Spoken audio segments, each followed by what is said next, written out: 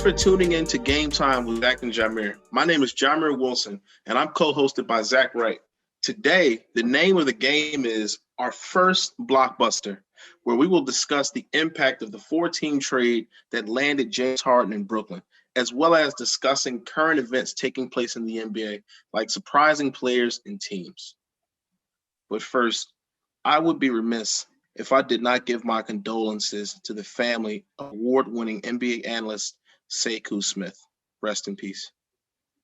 And start off a basketball podcast of any kind without talking about the passing of the legend, hero, tenacious competitor, 5-time NBA champion, league MVP in 2008, 2-time finals MVP in 09-2010, 18-time All-Star, 2-time scoring champion, 2-time Olympic gold medalist, as well as a huge influence on many of today's NBA stars, and most importantly, a loving father and husband, Kobe Bryant. Kobe Bryant, his beloved daughter, Gianna Bryant, John Altobelli, Carrie Altobelli, Alyssa Altobelli, Christina Mauser, Sarah Chester, Peyton Chester, and Aura Zabayan all lost their lives but will never be forgotten. And the Game Time podcast sends our deepest condolences and best regards to the loved ones of those who were lost. Now, before we get back to the current NBA season, talking about what Kobe meant to the sport, as well as his impact beyond the game, his legacy, and our favorite Kobe Bryant moment feels like the appropriate thing to do. So, Zach, take it away. Yes, thanks, Jameer, for that intro.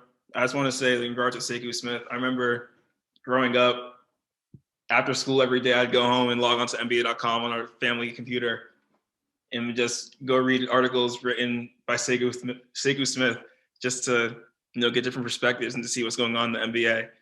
So, yeah, rest in peace to him, and a big thank you to him for all the work that he did. And for Kobe, I want to just jump to the legacy part real quick, because people think of him as the greatest player of all time. And that just goes to show how great he was on the court. But his personality was bigger than basketball. Like, the day he died will be memorable to billions of people across the world. Everyone's going to remember the day and what they were doing that day. And there's very few celebrity deaths who people will just remember that day so vividly.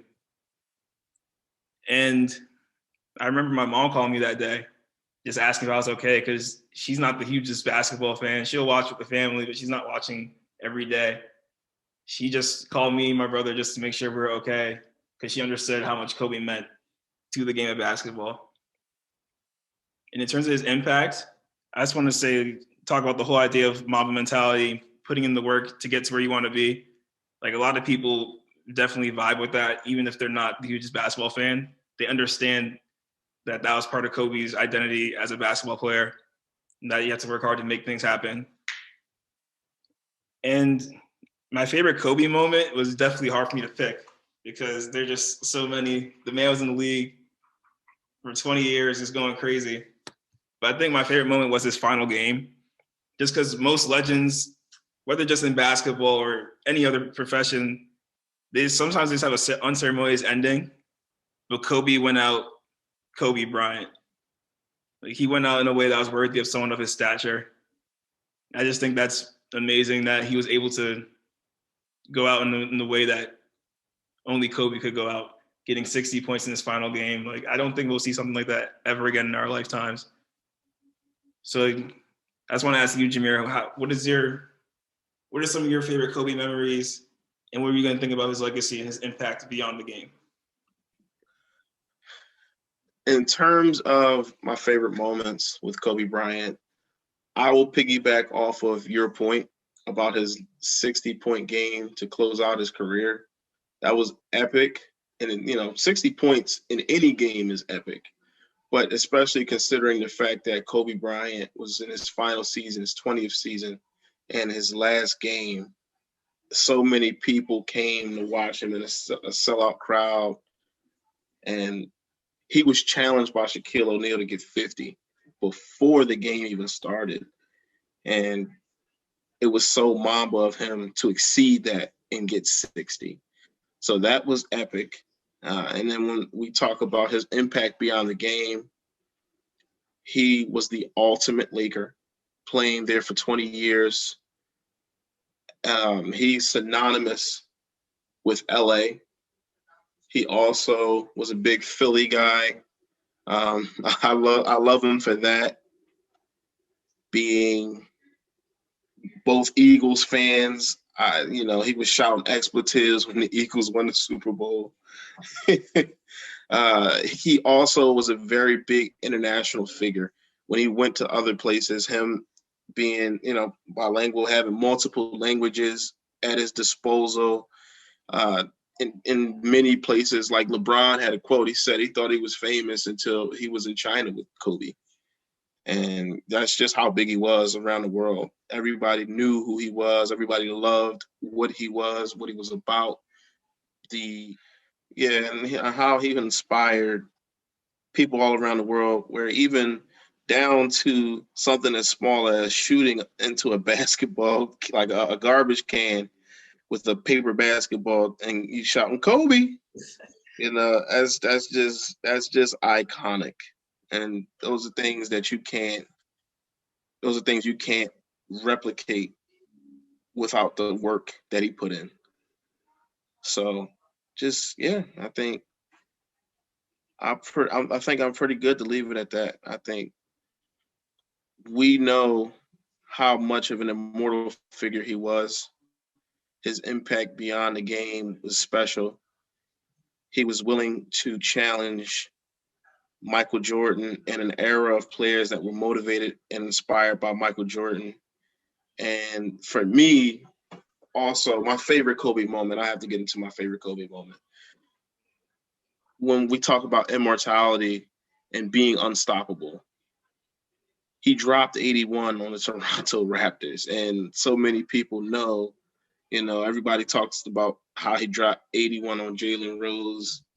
And that's just special. The second all-time scoring game, that's ridiculous. And the only, the number one guy is Wilt Chamberlain, and he was doing it against anybody. Plumbers, just anybody. And just guys that wouldn't be able to, tie the shoes of the guys that Kobe had to deal with. So that's just special. And he was a special person, and it will never ever be forgotten. And now, I think it would be a good time to discuss another great shooting guard.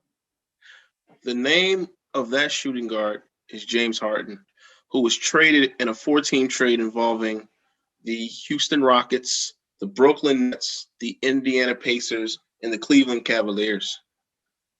We're going to discuss who won the trade and how this trade impacts the landscape of the NBA season going forward. So, Zach, who won the trade and how does it impact this season?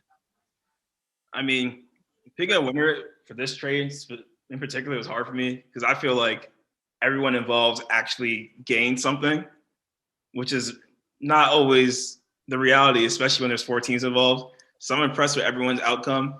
If I had to pick a winner, I would pick the Rockets because they got 8 draft picks, 4 unprotected, and then 4 of them are pick swaps, so they get the best pick between them and the Nets, and one of the picks is with the Bucks. So the Rockets, in theory, will be worse than those teams for the first few years, and afterwards they'll be the better team and still get the best pick, assuming players get old and things like that.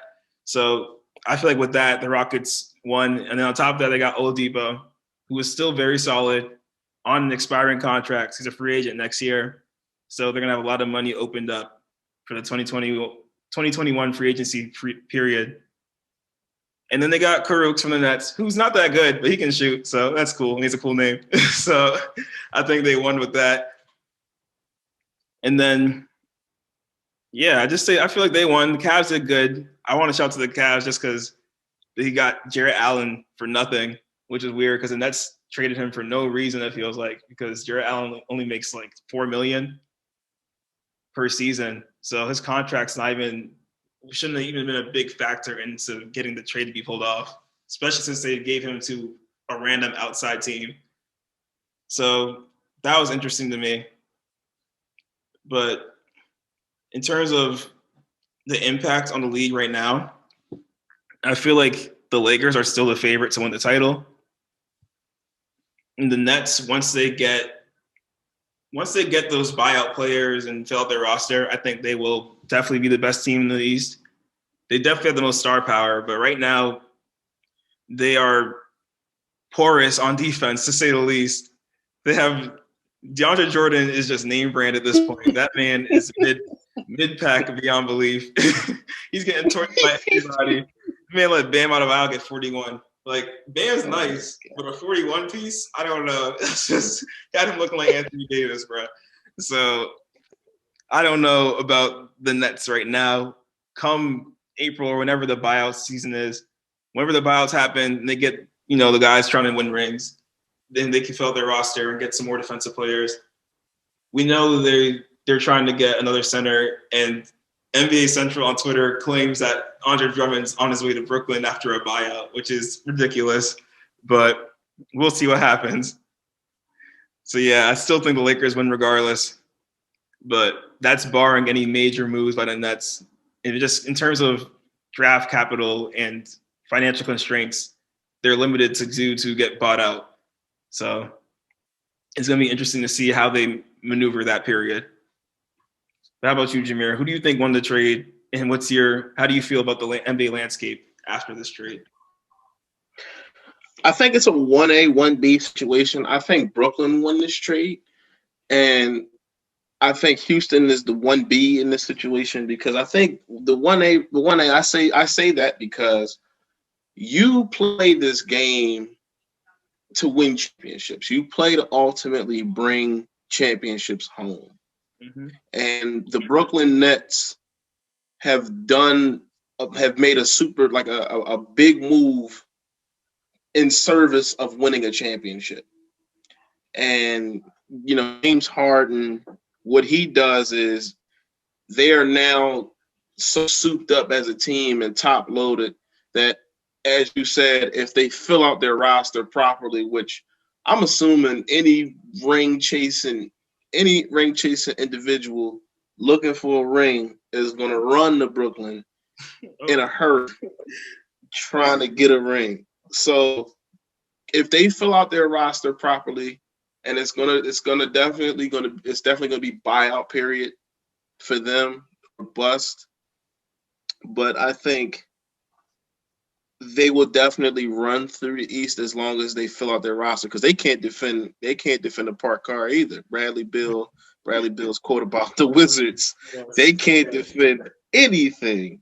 Mm-hmm. They can't defend a soul right now. So and like DeAndre Jordan, he's mid, to say the least. That's no doubt about it, no question about it. Jeff Green, he's a fake defender. He just a big perimeter guy that just run around. He shoot a three every now and then. That's cool, but raw blood. He's all right. He's all right, but he's no lockdown defender either. So yeah, I think ultimately that move locks them in as probably the second best team in the league if they round out the team. If they don't round out the team, they still could be beat by a team with a puncher's chance like Boston or Miami if they get themselves together. Or even potentially, Philly. Philly has been outstanding.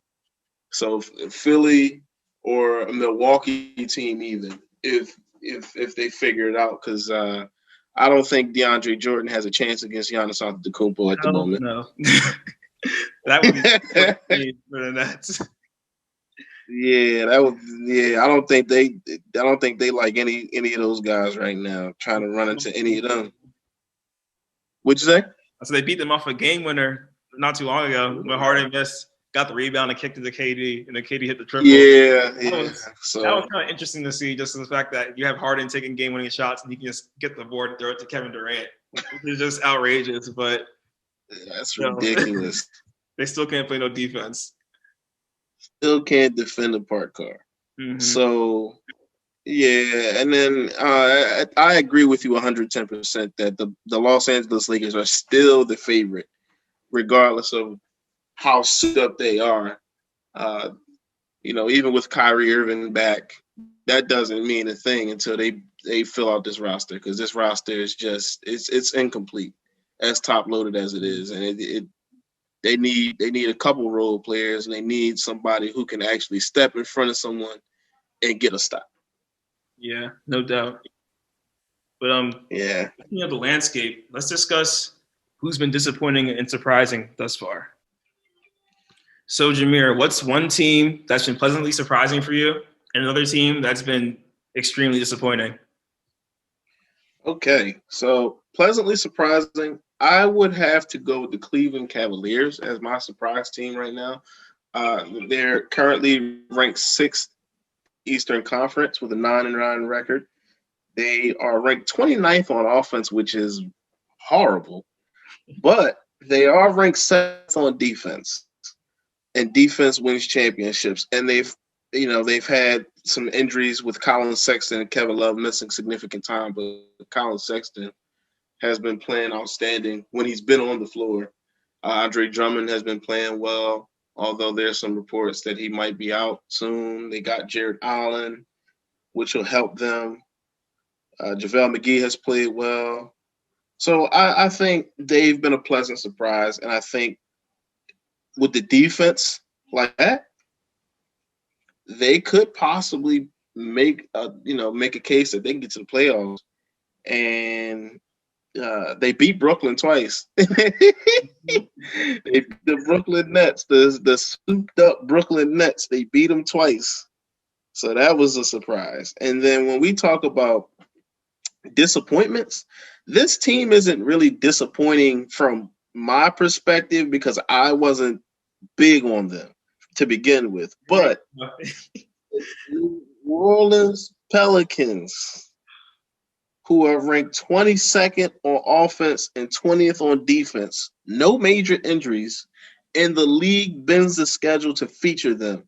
They're 6-10, and they're ranked 14th, which is second to last in the Western Conference. That is disgusting. You have two players who can score 20 points a game. You trade for Steven Adams and Eric Bledsoe in the offseason, so your defense should not be that bad. And I'm just going to be blunt with it. The league rides Zion Williamson's jockstrap, and this man can't get you a W. That boy nice. That is he's nice. He's great, but they not winning no games. So why are they on national television playing the Lakers, playing the Heat, playing the Suns? Why are they on national television just to lose every time they're on national television? And then right now they're one of the worst teams in the NBA. Obviously, it's a 72-game season. There's still time to rally, but at the moment they're disappointing. Like, there are also rumors that Lonzo and JJ are both on their way out, which are major moves. What was that? That's because they're struggling. That boy's part of the reason why the Pelicans are poo-poo right now. Lonzo is shooting like 40% from the field and like less than 30 from the three. He out there just throwing up bricks. JJ Redick's shooting 30%, which is unbelievable. Like, exactly. Something's not right over there. I don't know, because you don't have JJ Redick shooting bad. Like, he's never had a bad shooting season probably in his life. So right. Like, even just before NBA, high school, middle school, he's probably never been a bad shooter ever. So it's just interesting. Right. Exactly. You even see what I'm talking about. Yeah, I see it. And me and you had a little discussion about this, like the Christmas Day matchups, and I said New Orleans didn't deserve a spot on Christmas because I felt like Philadelphia is a better team. You have Joel Embiid and Ben Simmons, and I felt like the Sixers should have gotten the Christmas Day spot against the Heat. in which the Heat wound up scorching the Pelicans, Mhm. and that was just a preview to what has been happening. So I think I was proven right because Joel Embiid is currently an MVP candidate, and last night the Sixers beat the Lakers. So Mhm. Shout hey, out to yeah. yeah. But Zach, um, I'm gonna hand it to you. Who's been pleasantly surprising and who's been very disappointing for you? All right. So my surprise is the Knicks. People know on Twitter I love clouding the Knicks because it's just funny. It's just too easy. Oh Lord, yeah. But my boy Julius Randle, I'm a big Julius Randle guy. I'm glad he's playing amazing. He's looking like an all-star this year. RJ Barrett is definitely playing very well as well. People were talking, I feel like he got some undeserved disrespect last year as a rookie. But now, he's definitely proving that he belongs. He was worth a second overall pick. He's not the second best player from that draft, but he's proving to people why he was drafted high in the lottery. Right. Thibodeau hasn't playing great defense. Their offense is piss poor. But when you're starting Elfrid Payton and he's just chucking up anything, it is what it is. That And dude ain't their good. rookie Emmanuel quickly has the best floater I've ever seen. I'm sorry, that man's floater. You can literally catch like a 6-minute highlight of his floaters, and the dude's only been played like 19 NBA games. Like the man's floater is godly.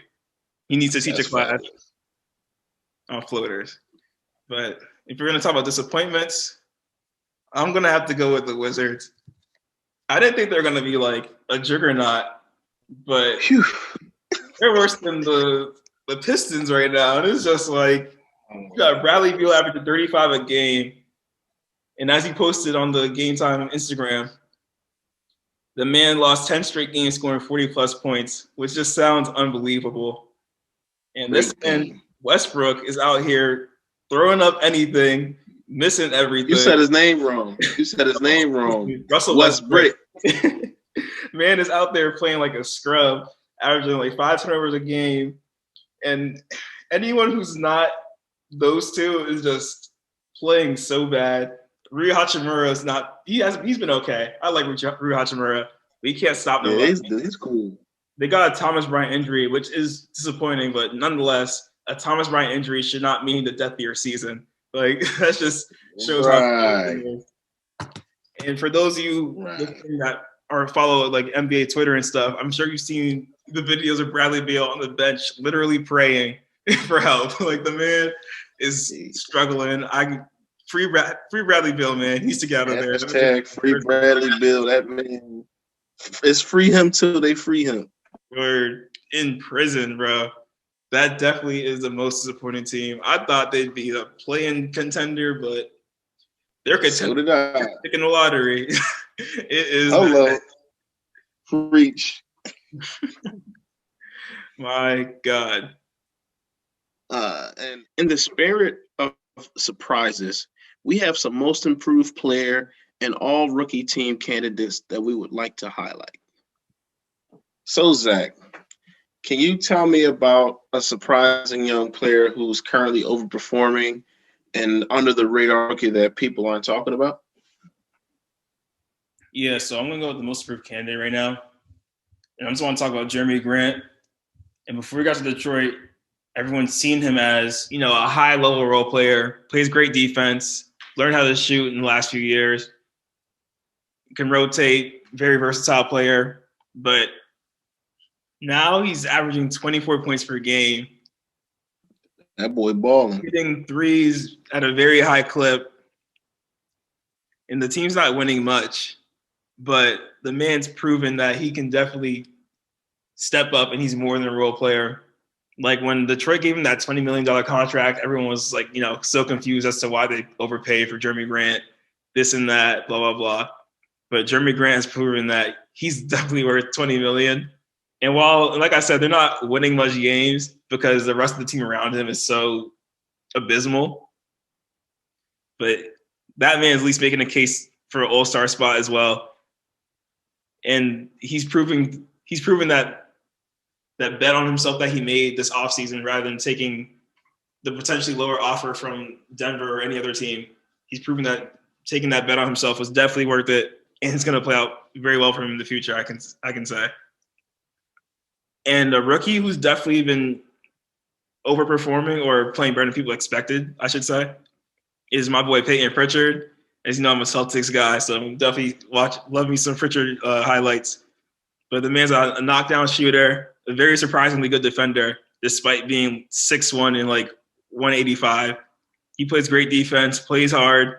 He's always making good decisions, especially for a young rookie player. And he has a game winner under his belt. Like, I think only Cole Anthony's the other rookie who can say that. So Pritchard's definitely stone cold. He does what he has to do. And while he won't get the chance to start just because Kemba Walker's there and they paid Jeff Teague to be the backup point guard, so Pritchard's fighting just to get on the court at times. But that man's definitely proven to me that he's going to be in the league for at least a decade because his skill set is just so useful to any team. Like, he's the perfect backup point guard right now. That's fair. How about you, Jameer? What's a surprising young player in your eyes and under the radar rookie? When we talk about surprises and surprise players, I want to take it right back to your surprise team and talk about Julius Randle. He currently averages 22.5 points a game, 11 rebounds a game, 6 assists a game, and he's gone up from 19.5, 9.7, and 3. And he's shooting at about 47% from the field, 35 from triple, and 81 from the free throw line. And he's never finished over 73.3%. He's played very, very well. He's gone from a player who, on his first night, had a catastrophic injury to a player who has been consistently hovering around a double-double, if not that, exactly that. He's playing about 36 minutes for a team that has the number one defense. So defensively, he's got to be playing well, obviously. No doubt. I think he's been such a big surprise. And I mean, it's shocking that he doesn't get the recognition that he gets because he's been solid. But I just think now that he's in New York, his impact has been, more recognized because he's in a big market. His team is winning somewhat. And under Tom Thibodeau, with the number one defense, they're playing pretty well. So, yeah, I think he's in the most improved player argument. And he also has some all-star hopes, some all-star game hopes. I don't know if he'll get there, but there's some chance that he can get there. And then when we talk about an under-the-radar rookie, I'm going to go to the 12th overall pick, Tyrese Halliburton, who's shooting 45.7% from triple, and he's shooting almost 5 threes a game. So that's pretty damn good. 48.5% from the field, 11 points a game, 81% from the free throw line, 5 assists. And then he's playing well defensively as well, with over a steal a game and almost a block a game, which is impressive for a guard.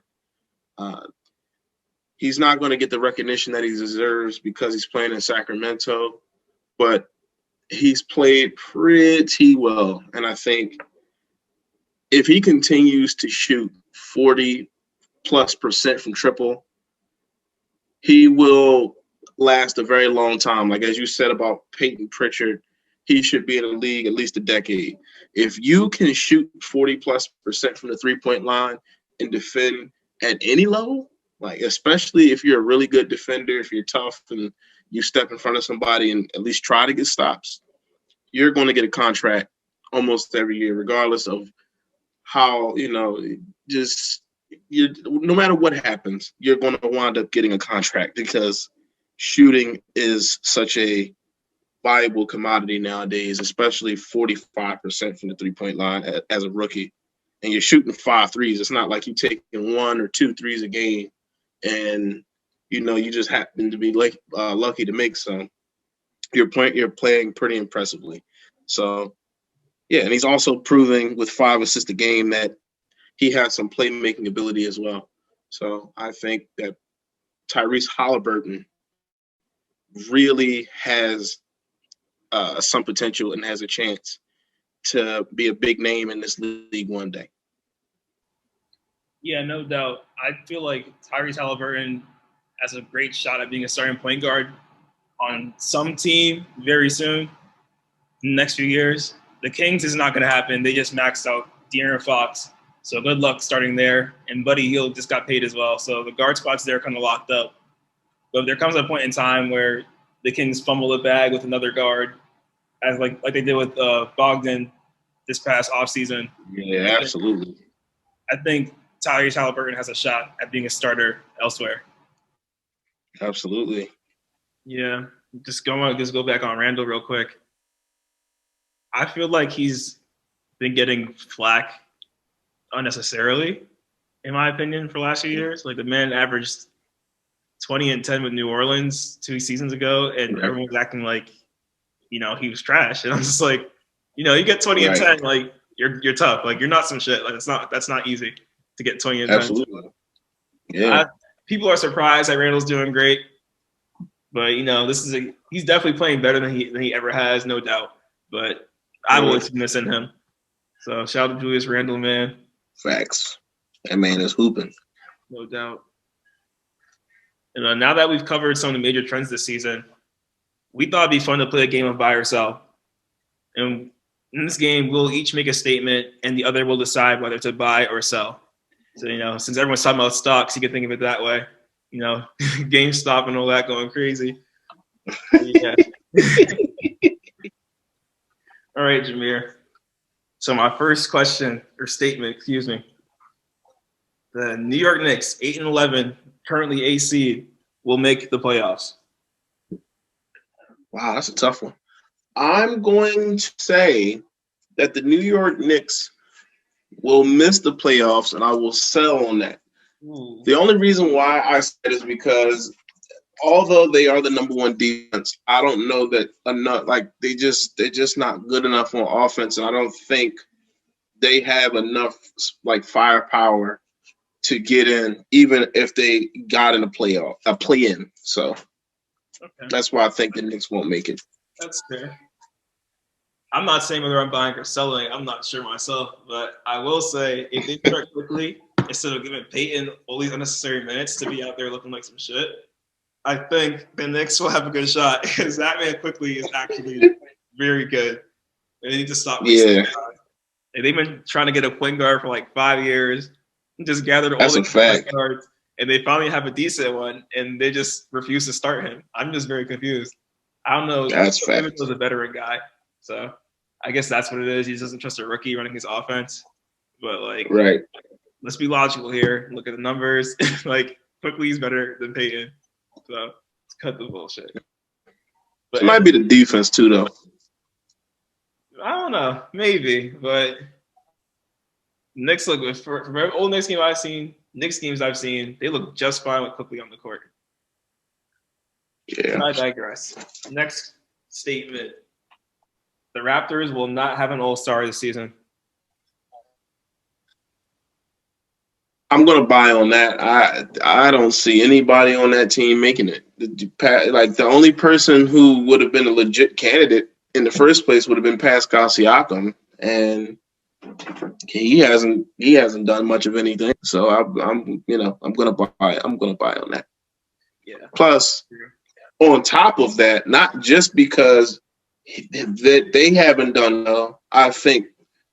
For example, we're talking about like Julius Randle and guys like that. There's so many forwards in the East right now that are playing well. You got Sabonis, KD, Giannis, Joel, Julius Randle. You have so many guys that you can put ahead of him right now. Easily. And Tobias Harris too. He has a better. Yes, Tobias Harris. Better shot than that man balling right now. No, you know Tobias Harris is my boy. I'm a big Tobias Harris fan. So as much hell as I gave Tobias Harris before the season started, he is starting to prove to me that he can do what he got to do. Mm-hmm. Speaking of Tobias Harris, actually, this is my next statement. Tobias Harris makes the All-Star team.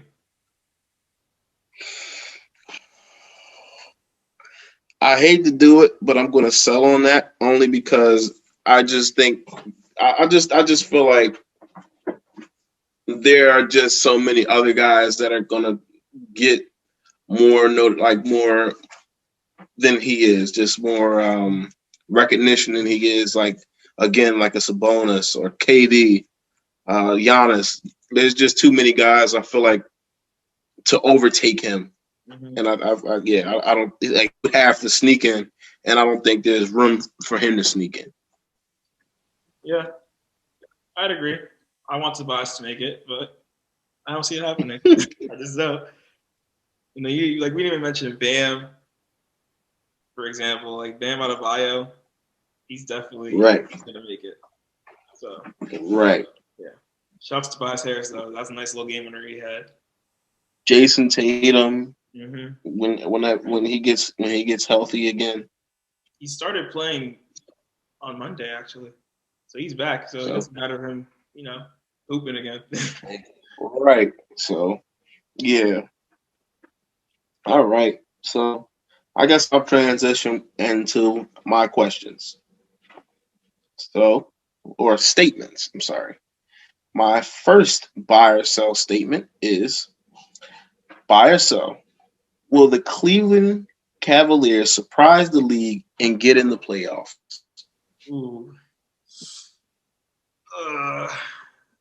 I'm going to buy. I'm going to buy. I'm going to do it. Because Sexton and Darius Garland look like a very legitimate backcourt.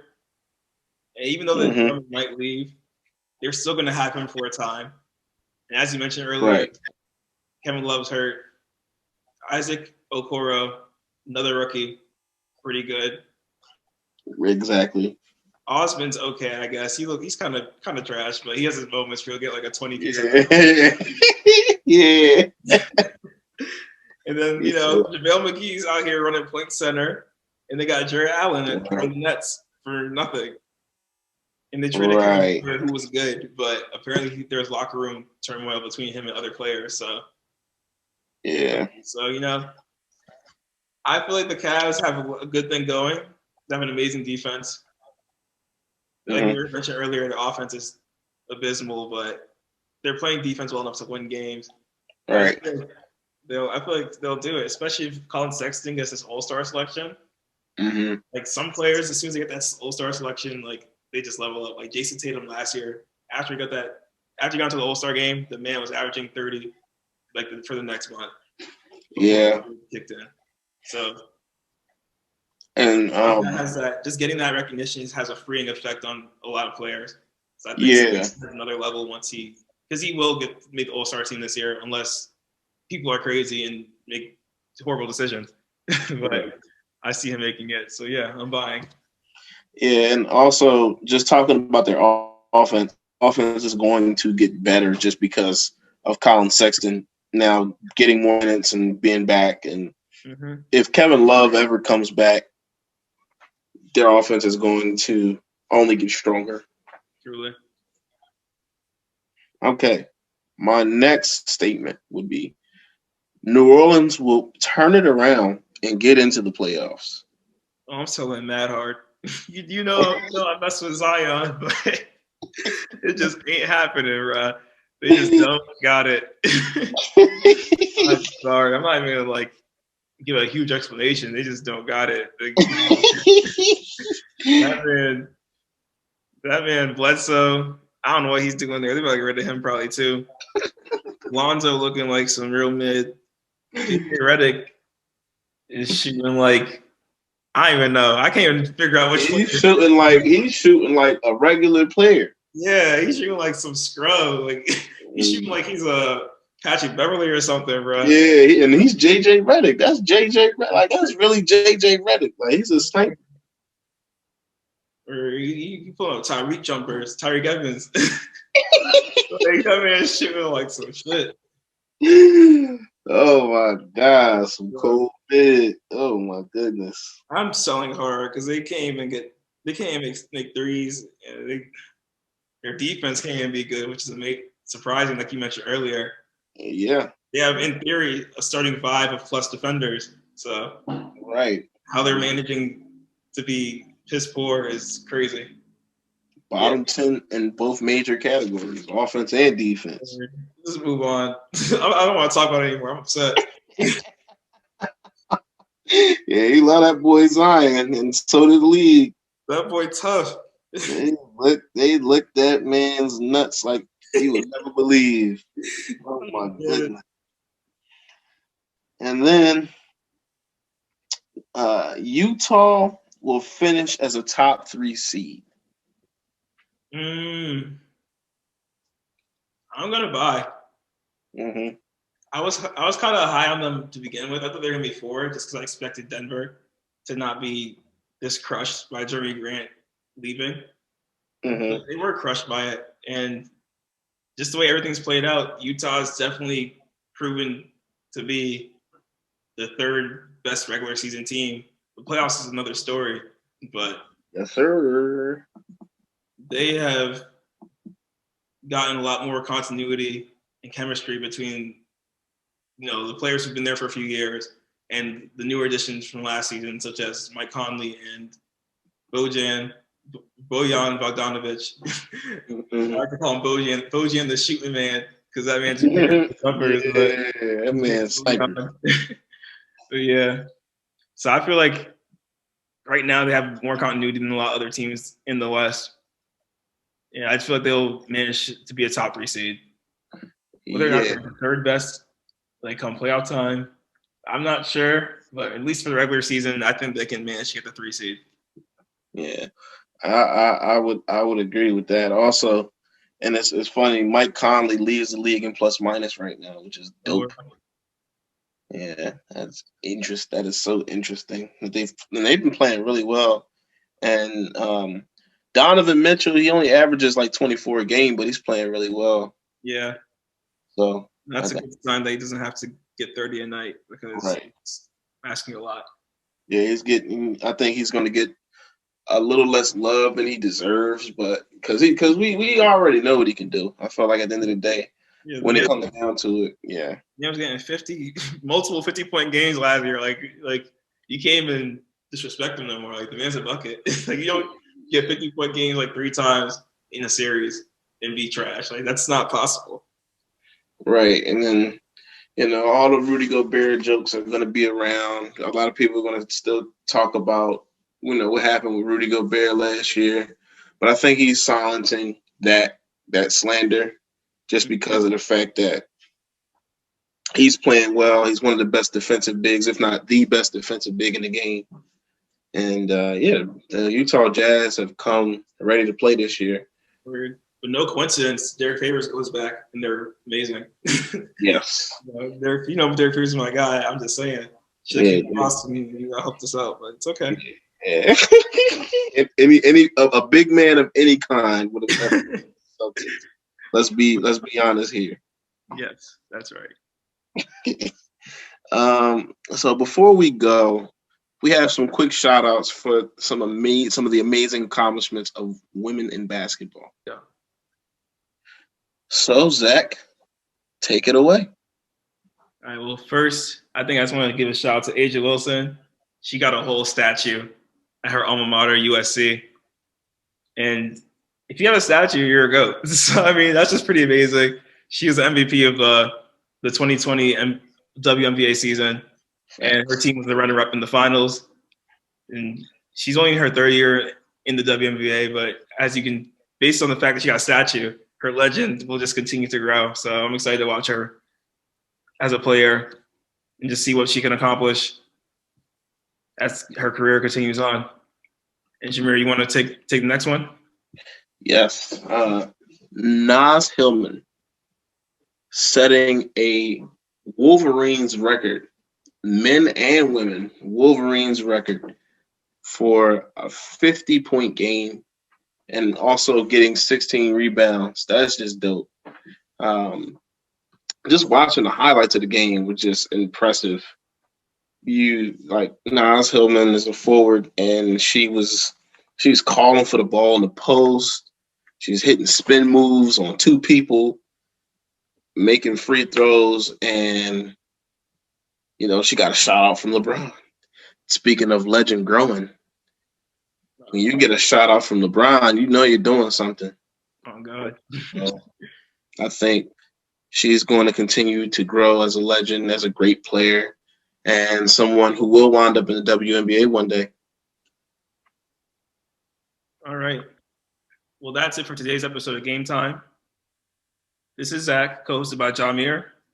Thank you to everyone tuning in. Don't forget to follow us on Instagram at GameTime_podcast, Twitter at GameTime_ZNJ, as well as Facebook at GameTime with the CNJ. Stay up to date on further content. And to listen to future episodes, you can find us on Spotify, YouTube, Apple Podcasts, and literally anywhere you can find podcasts. We can't wait to talk more basketball on Game Time.